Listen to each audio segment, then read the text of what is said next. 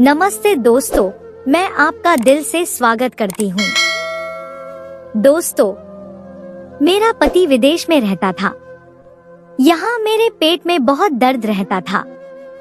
एक दिन डॉक्टर के पास चेक करवाने गई और मुझे चेक करने के बाद एक बड़ा राज बताने के लिए डॉक्टर ने अपने ऑफिस में बुलाया। मैं वहाँ गई तो डॉक्टर ने दरवाजे की कुंडी लगा दी और अचानक से भागता हुआ मेरे पास आ गया और मेरा चेकअप करने लगा। मेरे पेट में बहुत दर्द हो रहा था। चेकअप के बाद जो हुआ उसे सुनकर आपके रोंगटे खड़े हो जाएंगे। दिल दहल उठेगा आपका इस कहानी को सुनकर। दोस्तों, ये दर्द काफी दिन से लगातार हो रहा था, मगर पहले बर्दाश्त के काबिल था और अब कुछ समझ नहीं आ रहा था कि क्या हो रहा है। मेरा पति मनीष दुबई में जॉब के सिलसिले में रहता था और यहाँ सब काम मुझे ही देखने पड़ते थे। अब भी मुझे अकेले ही आना पड़ा था और इसी बात से मुझे और तकलीफ हो रही थी।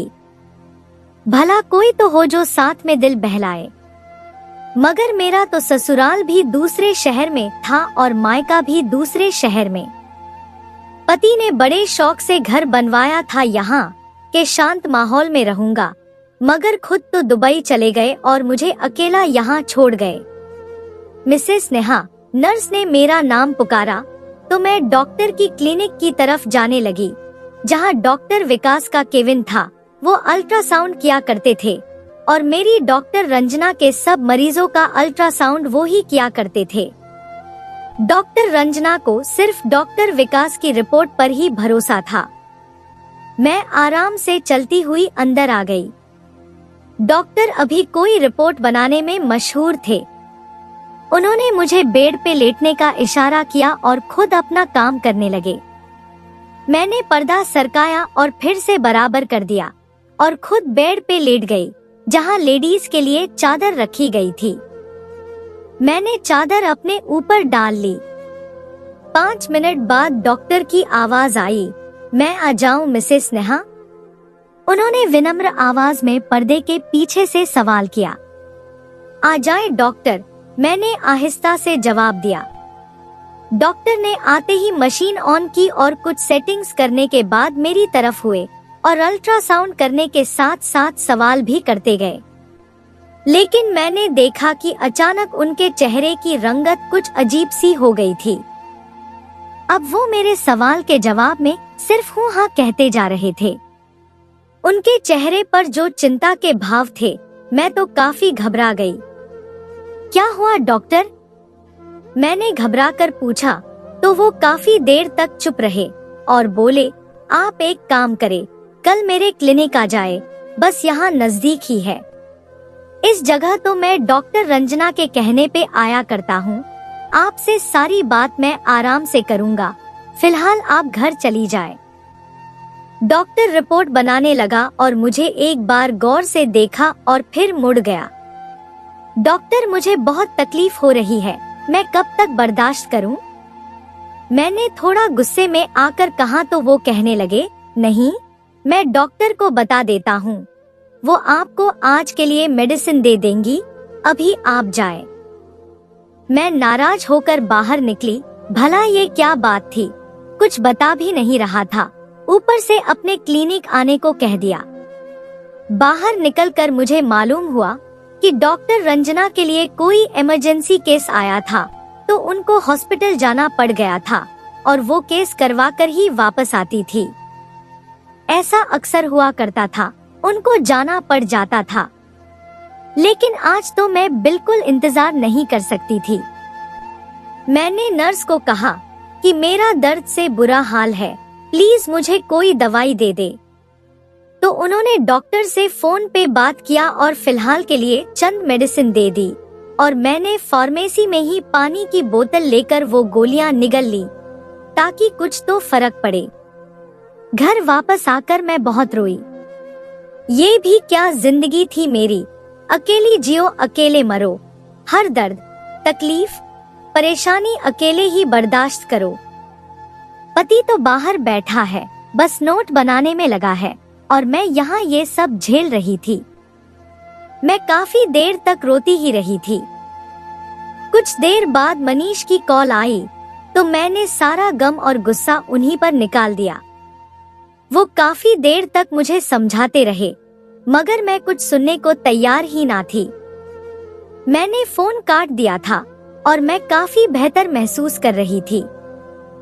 शायद टैबलेट ने भी असर किया था, जिससे दर्द कम होते होते खत्म हो गया था। अब मुझे सुबह फिर जाना था डॉक्टर विकास के क्लिनिक। इन्हीं सोचों में मुझे नींद आ गई। मैं सुबह उठी तो मेरा मूड बहुत फ्रेश हो रहा था। मुझे लग रहा था कि मुझे आराम की टेबलेट भी दी थी डॉक्टर ने, तभी तो मैं सुकून से सो पाई थी और दर्द भी कम था, मगर फिर भी हो रहा था। मैंने नौकरानी से नाश्ते का पूछा तो वो जल्दी से मेरा मनपसंद नाश्ता बना लाई। मुझे भूख भी लगी हुई थी और इसी तरह रोजमर्रा के कामों में शाम हो गई और मैं डॉक्टर की क्लिनिक की तरफ जाने को तैयार हो गई।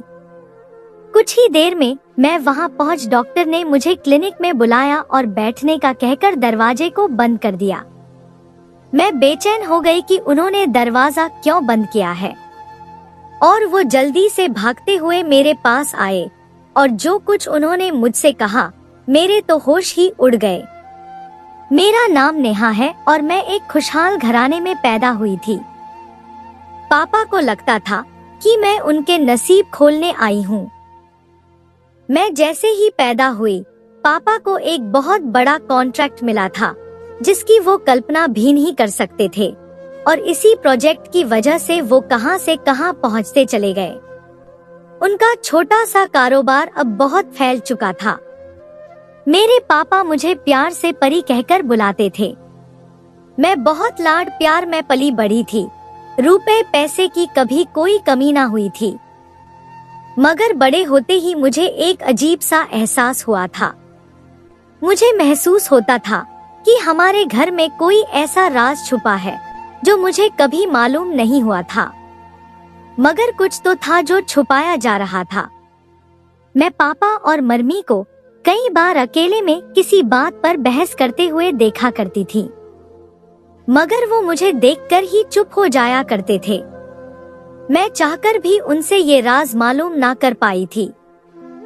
कॉलेज के बाद जब मैं अपनी छुट्टियां गुजार रही थी तो मैंने नोट किया, पापा के घर से जाते ही मम्मी ड्राइवर को गाड़ी निकालने का हुक्म देती और उनके साथ कहीं चली जाती है। पहले तो मैंने गौर नहीं किया, मगर फिर एक दिन जब मैंने पूछा तो मम्मी हड़बड़ा गई और कहा, नेहा बेटा, मैं जहाँ जाती हूँ वो मैं आपको नहीं बता सकती। उनकी इस बात पे मैं अजीब नजरों से उनको देखने लगी। मम्मी, ऐसी क्या बात है जो आप मुझे नहीं बता सकती? मैंने अचंभे से कहा तो उन्होंने बड़ी फीकी सी मुस्कुराहट के साथ बोला, नेहा तुम परेशान ना हो, मैं बस अपने दोस्तों से मिलने चली जाया करती हूँ, घर में रहकर बोर हो जाती हूँ। उन्होंने मुंह मोड़कर कठिनता से कहा, मम्मी ये क्या बात हुई, भला अपने घर में कौन बोर होता है, और अब तो मैं भी घर पे होती हूँ। मुझे बड़ी हैरत होने लगी थी, भला ऐसी भी क्या बात थी। वो अपनी इकलौती बेटी के साथ वक्त गुजारने के बजाय दोस्तों के पास चली जाती थी। मेरी बात पे वो बस सर झटक कर वहाँ से चली गई। मुझे बहुत तकलीफ हो रही थी उनके बात सुनकर, जबकि पापा तो जब भी घर में होते बस मेरे ही आगे पीछे रहा करते थे और उनकी हर मुमकिन कोशिश हुआ करती थी कि वो मेरी हर ख्वाहिश पूरी करे। वैसे तो मम्मी भी मुझे बहुत प्यार दिया करती थी, मगर आज उनका रवैया कुछ अजीब सा था। मैंने जब सोचना शुरू किया तो मुझे महसूस हुआ कि मम्मी मुझे पापा से लाड करते देखकर कुछ उदास हो जाया करती थी। अब तो मुझे शक होने लगा कि वो मेरी सौतेली माँ तो नहीं है, मगर ये कैसे मुमकिन था। मैंने अपनी पैदाइश की फोटो देखी थी। उनमें मम्मी ही थी जो हॉस्पिटल में मुझे गोद में लिए मुस्कुरा रही थी और उनके हाथ में ड्रिप लगी हुई थी। मैं जब छोटी थी तो बहुत डर जाया करती थी वो ड्रिप देखकर और पूछा करती थी, मम्मी आपको हाथ पे क्या हुआ है?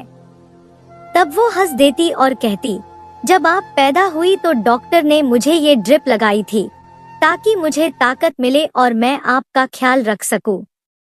ये बातें याद आती तो मेरा ये शक तो दूर हो जाया करता। मगर घर में जो कुछ हो रहा था वो कुछ अलग सा था। एक बार मैंने मम्मी का पीछा करने का सोचा और दूसरे दिन मैं उनके जाने से पहले ही तैयार बैठी थी और मैंने कैब भी मंगवाई थी जिसे मैंने घर से कुछ दूर रुकने का कहा था, और जब मम्मी चली जाती तब मैं उनका पीछा करती। उसके बदले कैब वाले ने डबल किराया लिया था। मम्मी के घर से निकलते ही मैं भी बाहर आ गई और ड्राइवर को मम्मी की कार का पीछा करने को कहा। यूं हम काफी देर तक उनका पीछा करते रहे। पहले तो एक रेस्टोरेंट में गई और वहां से ढेरों बॉक्सेस अपने कार की डिग्गी में रखवाई जिनमें शायद खाने का सामान था, और फिर एक गिफ्ट शॉप में गई जहां से उन्होंने बच्चों के लिए बैलून्स और गिफ्ट वगैरह खरीदी और वो भी कार में रखवाए। उसके बाद वो एक एनजीओ में गई और वहां काफी देर तक अंदर रही। मैं देख रही थी ड्राइवर ने एक बंदे के साथ वो खाने पीने का सामान निकलवाया था और अंदर ले गया, मगर कुछ फूल और बैलून वगैरह मम्मी अपने हाथ में लेकर अंदर गई थी। बाकी का सारा सामान ड्राइवर ने निकलवाया था और तकरीबन 2 घंटे बाद निकली थी। जाते वक्त वो जितनी खुश लग रही थी, वापसी में उनका चेहरा उतना ही उतरा हुआ कि था। वो गाड़ी में बैठकर रवाना हुई और मुझे लगा वो घर की तरफ जाएंगी। तभी मैंने जल्दी से टैक्सी ड्राइवर को वापस चलने का कहा और मेरी जल्दी जल्दी मचाने पे वो काफी जल्दी ही मुझे घर ले आया। मैंने उसको किराया दिया और जल्दी से अंदर की तरफ भागी। मैंने नौकरानी को कुछ नहीं बताया था कि मैं कहीं बाहर गई थी और ना ही किसी ने मुझे जाते देखा था, बस वापस आते देखा था चौकीदार ने और कुछ सवाल नहीं किया था। और मम्मी की भी आदत नहीं थी कि वो नौकरानी से पूछताछ करती। लेकिन मेरी उम्मीद के परे मम्मी 2 घंटे बाद वापस आई। अब मैं पछता रही थी कि मैं इतनी जल्दी क्यों वहां से वापस आ गई। मैंने मम्मी की तरह गौर से देखा, वो काफी थकी थकी सी लग रही थी। मुझे बहुत अफसोस हुआ। मैंने उनको गले से लगाया तो वो मेरी अचानक हरकत पर हंसने लगी। पगली, क्या कर रही हो? अपनी प्यारी सी मम्मी से प्यार कर रही हूँ, मैंने लाड से कहा तो उन्होंने मेरा माथा चूम लिया। मुझे बहुत पछतावा होने लगी थी कि मैंने अपनी मम्मी को गलत समझा। वो तो नेक काम के लिए जाया करती थी और शायद इसलिए मुझे नहीं बताती थी क्योंकि नेकी बर्बाद ना हो जाए। उस दिन के बाद मैंने उनका खोज खबर लेना छोड़ दिया। वैसे भी मेरी यूनिवर्सिटी में एडमिशन होने वाला था। मैं अपनी पढ़ाई के लिए बहुत सीरियस थी। अब मैंने आगे की प्लानिंग पे ध्यान देना शुरू किया था। लेकिन फिर मैंने एक रात जब पानी पीने के लिए किचन की तरफ जाने लगी तो मुझे पापा के कमरे से बातों की आवाज आने लगी। वो बातों की नहीं, हमेशा की तरह बहस की आवाजें थी। मुझे जानने की इच्छा हुई तो मैंने दरवाजे से कान लगाकर सुनना शुरू किया। मुझे मालूम था कि ये बात ठीक नहीं है, मगर ये मेरे माँ बाप का मसला था और मुझे हर बात हर हाल में जाननी थी, क्योंकि वो हर वक्त ऐसे ही लड़ा करते थे। आखिर ऐसी क्या बात थी जो उनको सुकून से रहने ही नहीं देती थी? मुझे अब उनकी बातें सुनाई दे रही थी, बल्कि दरवाजा भी हल्का सा खुला हुआ था। मुझे वो दोनों दिखाई भी दे रहे थे। मैंने मम्मी को पापा से उलझते हुए देखा था और पापा बिल्कुल ना में गर्दन हिलाए जा रहे थे। ये नामुमकिन है सुषमा, मैं तुम्हें कितनी बार मना कर चुका हूँ, अब तुम भी ये बहस बंद कर दो। वो अचानक गुस्से में आ गए थे। मम्मी रोने लग गई थी। आखिर क्यों करते हैं आप ये सब? क्या मेरा कोई हक नहीं है इस घर पर? वो भी चिल्लाने लगी थी। मुझसे बर्दाश्त न हुआ, मैं अंदर चली गई।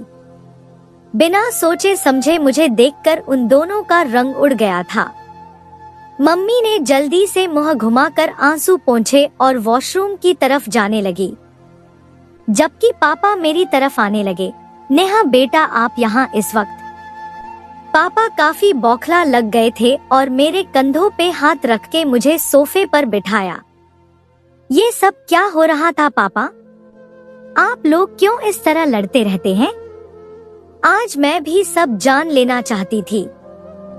कुछ नहीं गुड़िया, ऐसी कोई बात नहीं है। बस आपकी मम्मी की तबीयत कुछ ठीक नहीं है। मैं उनको यही समझा रहा था कि डॉक्टर के पास चलते हैं, मगर वो मान ही नहीं रही। अब देखो ना, इस बात पर मुझे गुस्सा तो आएगा ना। वो मुझे बहलाने लगे। पापा क्यों झूठ बोल रहे हैं आप? मैंने उनके हाथ में अपना हाथ रखा तो वो नजरें चुराने लगे। ये आज की बात नहीं है कि ऐसा हो रहा है। मैं रोज ही आप लोगों को झगड़ते देखती हूँ। मैंने महसूस किया मम्मी दिन ब दिन कमजोर होती जा रही है। कोई बात उनको खारिय जा रही है। प्लीज आप मुझे सब बता दे। मैंने पापा को ये सब कह तो दिया था, मगर उनका उतरा हुआ चेहरा देखकर मुझे रोना आ गया। पापा, आई लव यू। मुझसे आप लोगों को यूं उदास नहीं देखा जाता। प्लीज मुझे सब सच सच बता दे। मैं अचानक फूट फूट कर रो पड़ी और पापा ने मुझे अपने सीने से लगा लिया। मुझे महसूस होने लगा था कि उनके आंसू भी मेरे बालों पर गिर रहे हैं। मेरा दिल और भी दुखने लगा था। आज मैंने अपने हंसते मुस्कुराते पापा को भी रुला दिया था। कुछ देर बाद मम्मी भी वॉशरूम से निकल आई थी और मुझे अब तक वहां बैठा देखकर चौंक गई। नेहा, तुम अब तक यहीं हो बेटा? चलो अपने रूम में जाओ, पापा को परेशान मत करो। वो मेरी तरफ आई और मेरा हाथ थाम कर उठाने की कोशिश की, मगर पापा ने मुझे थाम लिया था। रहने दो सुषमा, अब हमारी बेटी इतनी समझदार हो गई है कि अपने माँ बाप का दुख समझ सकती है। पापा ने रुआसा होकर मम्मी से कहा तो मम्मी फिर से रोने लग गई और मैं बस हक्का बक्का उन दोनों को देखते जा रही थी। आखिर ऐसा क्या राज था कि वो दोनों रोए जा रहे थे? मेरे दिल में अजीबोगरीब ख्याल बढ़ने लगे थे और मैंने जल्दी से मुंह खोला। पापा मुझे जल्दी से बता दे, मेरा दिल बैठा जा रहा है। फिर पापा ने जो बताया वो मेरे लिए बहुत बड़ा धक्का था। मैं सपनों में भी सोच नहीं सकती थी कि ऐसा हो सकता है। पापा ने बताया मम्मी और पापा आपस में फर्स्ट कजिन थे। उन्होंने अपनी पसंद से मम्मी से शादी की थी। वो दोनों एक दूसरे को पाकर बहुत खुश थे। फिर शादी के 3 साल बाद उनको एक बेटा पैदा हुआ जो कि बहुत खूबसूरत और बहुत प्यारा था। वो मुझसे 5 साल बड़ा था। उन्होंने उसका नाम राहुल रखा था। वो जब पैदा हुआ था तो पापा ने बहुत बड़ा जश्न मनाया था। पापा के तो पैर जमीन पर ना टिकते थे। दिन राहुल की तबीयत अचानक खराब हो गई और जब उसे डॉक्टर के पास लेकर गए तो काफी देर हो चुकी थी। डॉक्टर ने बताया कि उसको स्ट्रोक हुआ था, जिसकी वजह से उसकी दिमाग की नसों पर गहरा असर हुआ है।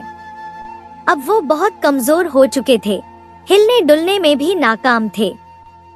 पापा ने उसकी काफी टेस्ट करवाए, मगर जब उन्हें असल बात मालूम पड़ी तो उनके पैरों तले से जमीन निकल गई थी।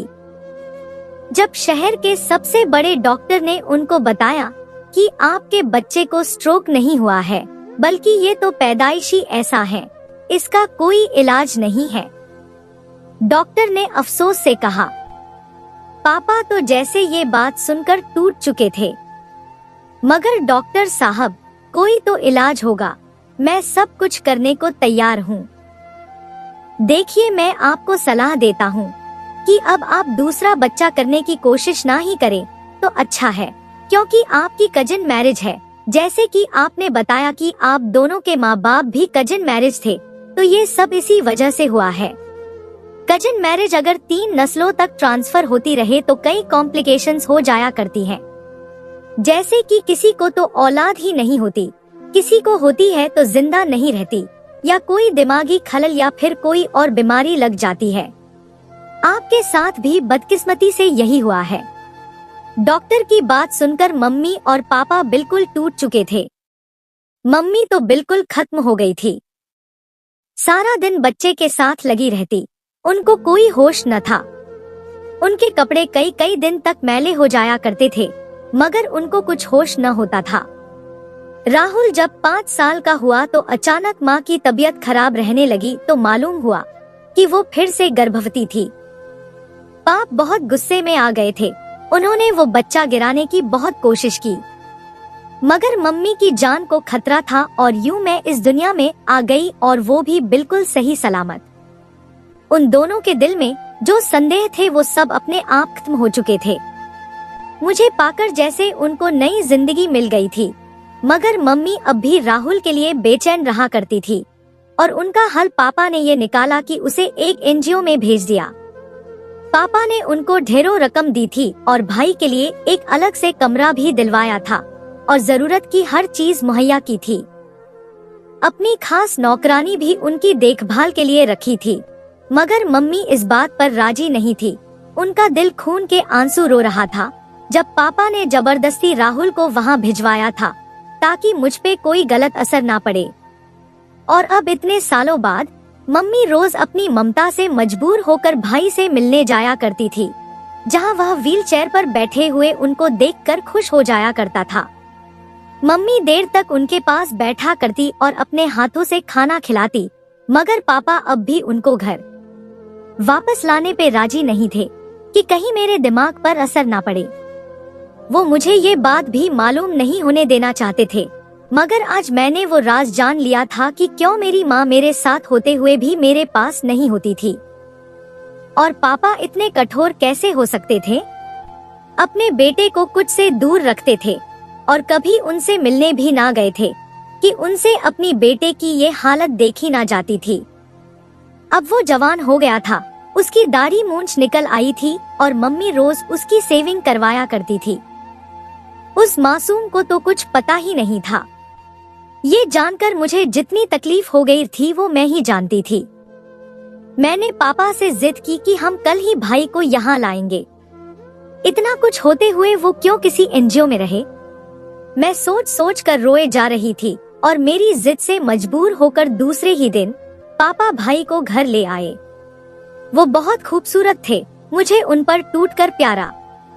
मैंने देखा मम्मी के चेहरे से खुशी झलक रही थी। आखिर इतने सालों के बाद वो अपने जिगर के टुकड़े को अपने साथ लाई थी। अब हम दोनों माँ बेटी भाई का बहुत ख्याल रखते थे। भाई में भी काफी बदलाव आता जा रहा था। मैंने देखा वो पागल नहीं थे, बस उनका दिमाग छोटा रह गया था। वो खुद को छोटा सा बच्चा समझते थे और वो बातें भी किया करते थे। कभी कभी तो ऐसी बातें करते कि सयाने ने भी शर्मा जाए। अब पापा भी खुश थे। मेरी राहुल से काफी दोस्ती हो गई थी। मैं उनके लिए रोज चॉकलेट लेकर आती तो वो बहुत खुश होते। इस तरह दिन गुजरते गए और मेरे कजिन का रिश्ता आया मेरे लिए, मगर पापा ने पहले ही उनको मना कर दिया और जल्द ही मेरी शादी मनीष से करवा दी। मैं उनको पाकर बहुत खुश थी और वो हर 4 माह बाद विदेश से आया करते थे। अब की बार भी उनको गए हुए 4 माह हो गए थे और मेरी तबीयत खराब रहने लगी थी। मगर आज जो डॉक्टर विकास ने मुझे बताया था, मेरे पैरों तले से जमीन निकल चुकी थी। डॉक्टर का कहना था कि मैं प्रेग्नेंट हूँ, मगर मेरे पेट में जो बच्चा है वो शायद शारीरिक तौर पर ठीक नहीं। 3 साल बाद मुझे ये खुशखबरी सुनने को मिली थी और साथ में ये भयानक बात भी। हे भगवान, ये सब क्या था। मेरा सर चकराने लगा था। बड़ी मुश्किल से डॉक्टर ने मुझे संभाला, लेकिन डॉक्टर साहब मुझे तो पता ही नहीं चला मैं 4 माह से प्रेग्नेंट हूँ। मैंने अपने आंसू छुपाते हुए पूछा, हौसला रखिए मैडम, होता है कभी कभी ऐसा, और आपका पहला बेबी है तो आपको ज्यादा तजुर्बा भी नहीं था। लेकिन आप परेशान ना हो, इसका हल है मेरे पास। वो मुझे तसल्ली देने लगा और कहा, मैंने आपको यहाँ इसलिए बुलाया है कि आप ये बच्चा गिरा दें। उसने कहा तो मैं अचानक उछल पड़ी। ये सब आप क्या कह रहे हैं डॉक्टर साहब, मैं ये गुनाह बिल्कुल नहीं करूंगी। मैंने उनको बहुत सुनाई और वहाँ से निकल आई, जबकि वो कहते रहे कि मैं आपकी भलाई के लिए कह रहा हूँ।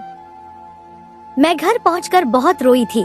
मैं मनीष को भी ना बता सकती थी, लेकिन जब मैंने मम्मी को बताया तो वो बहुत परेशान हो गई और मुझे कहा कि किसी को बताए बगैर ये बच्चा गिरा दो, वरना बहुत पछताओगी। मम्मी की बात सुनकर मुझे शौक लगा। मम्मी, क्या आप मुझे मार कर सकती है? मैंने पूछा तो वह परेशान हो कहने लगी, ये कैसी बातें कर रही हो? कोई माँ अपनी औलाद को कैसे मार कर सकती है? तब वो अचानक खामोश हो गई। उनको अपने सवाल का जवाब मिल गया था। मैं भी माँ थी और कैसे अपनी औलाद को मार सकती थी? मैंने भगवान पर भरोसा किया और सब उसी पर छोड़ दिया है। मैं अब हमेशा भगवान को याद किया करती थी। मैंने मनीष को भी सब कुछ बता दिया था। वो भी चुप हो गए थे। मैंने डॉक्टर के पास जाना भी छोड़ दिया और ना अल्ट्रासाउंड करवाया करती। बस मुझे अपने भगवान पे भरोसा था। सब लोग मुझे अजीब सी नजरों से देखा करते थे, लेकिन जब 9 माह बाद मैंने एक सेहतमंद बच्चे को जन्म दिया तो डॉक्टर्स भी हैरान रह गए थे। मेरा यकीन जीत गया था। मेरा बच्चा बिल्कुल ठीक था। डॉक्टर ने सारी रिपोर्ट देखकर खुश होकर बताया, ये तो चमत्कार ही हो गया, आपका बच्चा बिल्कुल ठीक है।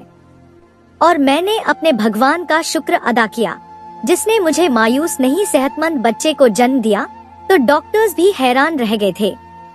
मेरा यकीन जीत गया था। मेरा बच्चा बिल्कुल ठीक था। डॉक्टर ने सारी रिपोर्ट देखकर खुश होकर बताया, ये तो चमत्कार ही हो गया, आपका बच्चा बिल्कुल ठीक है। और मैंने अपने भगवान का शुक्र अदा किया, जिसने मुझे मायूस नहीं किया था। तो दोस्तों, यह थी हमारी आज की कहानी।